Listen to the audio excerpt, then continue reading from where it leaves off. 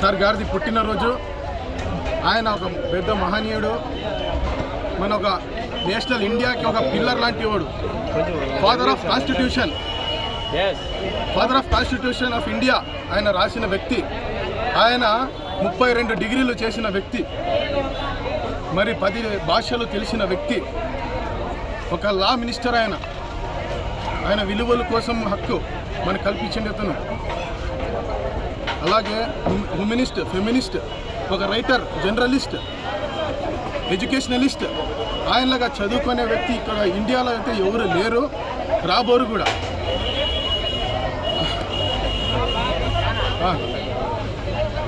ఇప్పుడు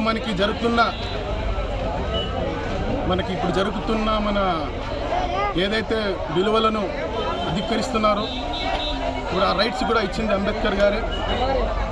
కాబట్టి